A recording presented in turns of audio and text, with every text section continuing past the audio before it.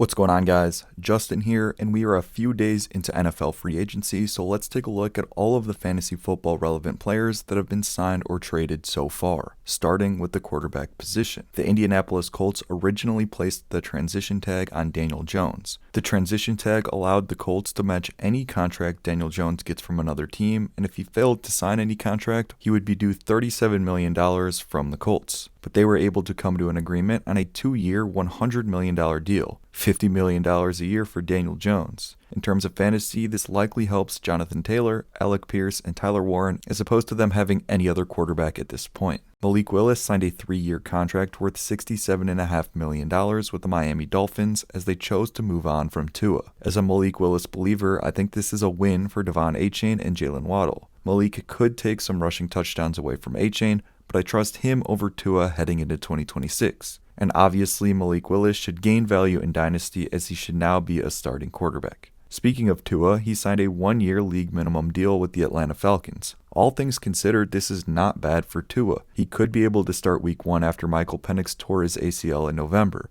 and maybe Tua is a better option for the receivers in Atlanta, but you might be splitting hairs at this point. Penix is probably the biggest loser here as he is in danger of losing his job. Some quarterbacks that have yet to sign but do have some fantasy significance are Kyler Murray, Aaron Rodgers, maybe Russell Wilson, and maybe Joe Flacco. Heading over to the running back position, and what is likely the biggest move of the offseason, Super Bowl MVP Kenneth Walker has signed with the Kansas City Chiefs. He signed a 3-year, $45 million deal. The Chiefs' offense hasn't been this high-powered, high-scoring offense the last couple years, but this is still a great fantasy move for Kenneth Walker. The Seahawks showed us he would never be the no-doubt number 1 running back, even with Charbonnet missing at least half the season. So pairing him up with Patrick Mahomes, and hopefully 70% of snaps, should be a major win. Travis Etienne left the Jaguars in free agency to sign with the New Orleans Saints, and this one was a bit of a head-scratcher for me. I thought staying in Jacksonville would be better for him after coming off a top 10 running back season, but instead he goes to NOLA, where it is expected that Alvin Kamara will get released or traded, which makes him the biggest loser of this transaction, meaning Etienne should have little competition. Overall, the usage will be good enough, but I think this is a downgrade considering the offense. But Bashal Tutin is a major winner here. With Tank Bigsby gone, Tutin is scheduled to be the lead back for the Jaguars. The Jets franchise tagged Breece Hall, most likely keeping him in New York. For fantasy purposes, I would have liked to see him go elsewhere as I do not believe in the Jets offense. Braylon Allen should be ready to go week 1, but Breece will remain the lead back unless he is traded. In February, Javonte Williams re-signed with the Dallas Cowboys on a 3-year, $24 million deal, and I think this was the best case scenario for him. Dallas should still have a high-powered offense with Dak, CD, and Pickens, giving Williams opportunities to score. 2025 draft pick Jaden Blue is the biggest loser here as Javonte is set to remain the lead back. The legend Rico Dowdle signed a 2-year, $12.5 million contract with the Pittsburgh Steelers, and honestly, this is really disappointing. I definitely think he will get playing time, but this likely will be a split backfield with Jalen Warren, who the Steelers just extended last offseason. Warren and Gainwell both produced last year, but that was with Arthur Smith and Aaron Rodgers. Now Rodgers can still return, but I would have liked to have seen Rico go somewhere else and be the number 1 running back there. And I almost forgot to mention Caleb Johnson, big-time loser here.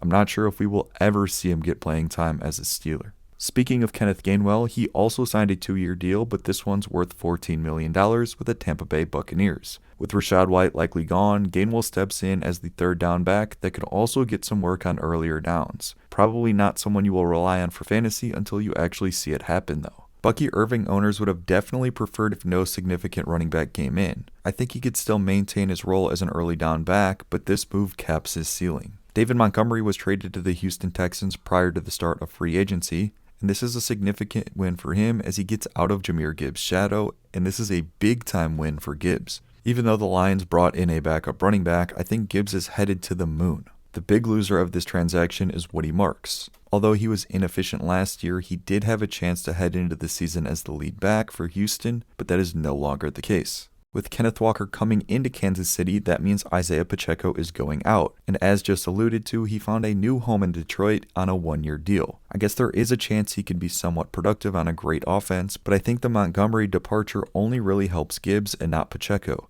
so I'm calling this a big L if you are a Pacheco dynasty owner. The Arizona Cardinals made two significant moves at running back. First, instead of cutting James Conner, they are bringing him back on a revised contract. Second, they signed free agent Tyler Algier to a 2-year deal worth $12.25 million.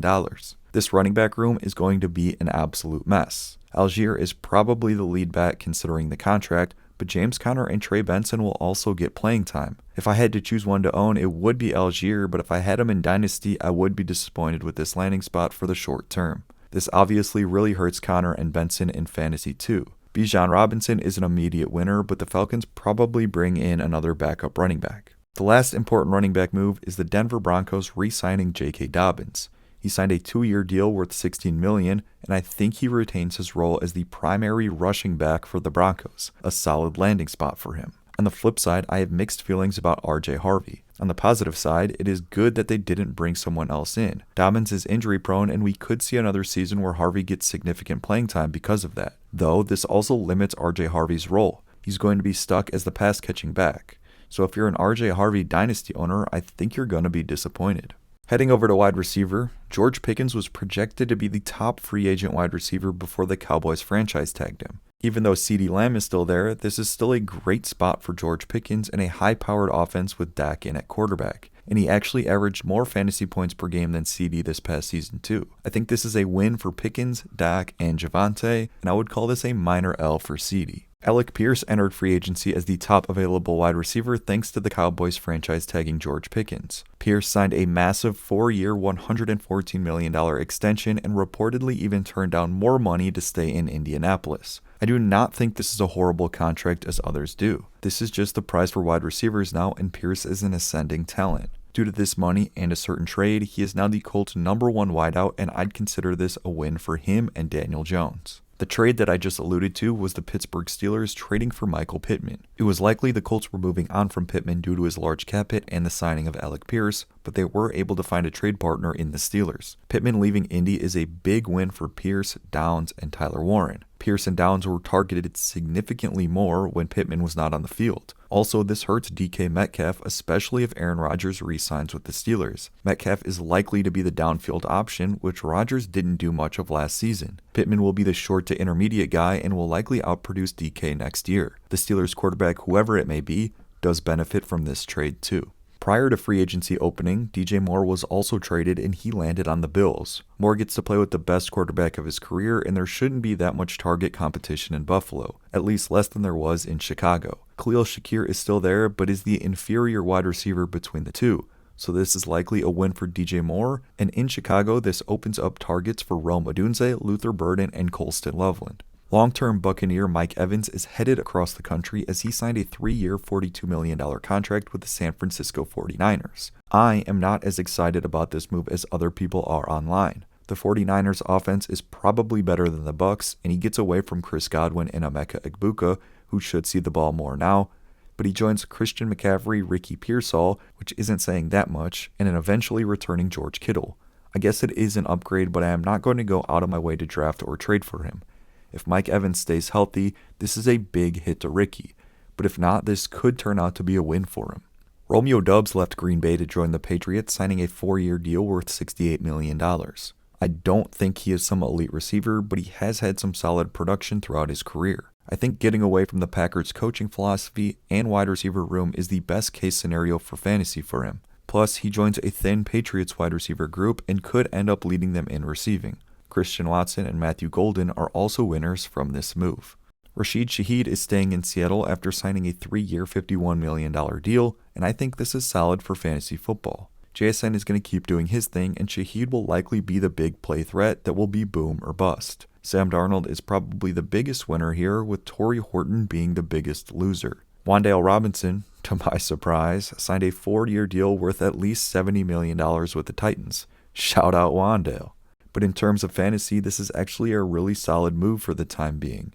The Titans may add another wide receiver or two before the season, but Wan'Dale should be able to still be the PPR merchant he has been in the past. Plus, he pairs back up with his former head coach and now offensive coordinator Brian Daboll. This opens more targets for Malik Nabers and Darius Slayton on the Giants, whereas Alec Iomanor might take a hit and Cam Ward probably needs more help too. And finishing it off with the tight end position, prior to free agency, Kyle Pitts was franchise tagged by the Atlanta Falcons. With his QBs being Tua and Penix and an offense that should be centered around Bijan, I don't love this for Pitts. If you don't include Bijan, then he could end up being the number 2 pass catcher with the departure of Darnell Mooney, but I would have liked for him to go to a better offense. Isaiah Likely is finally out of Mark Andrews' shadow after following John Harbaugh to the New York Giants. This has to be a net positive move, as he should get more playing time and see the ball more. This gives him a chance to grow with young quarterback Jackson Dart, and I see this as a win for Likely.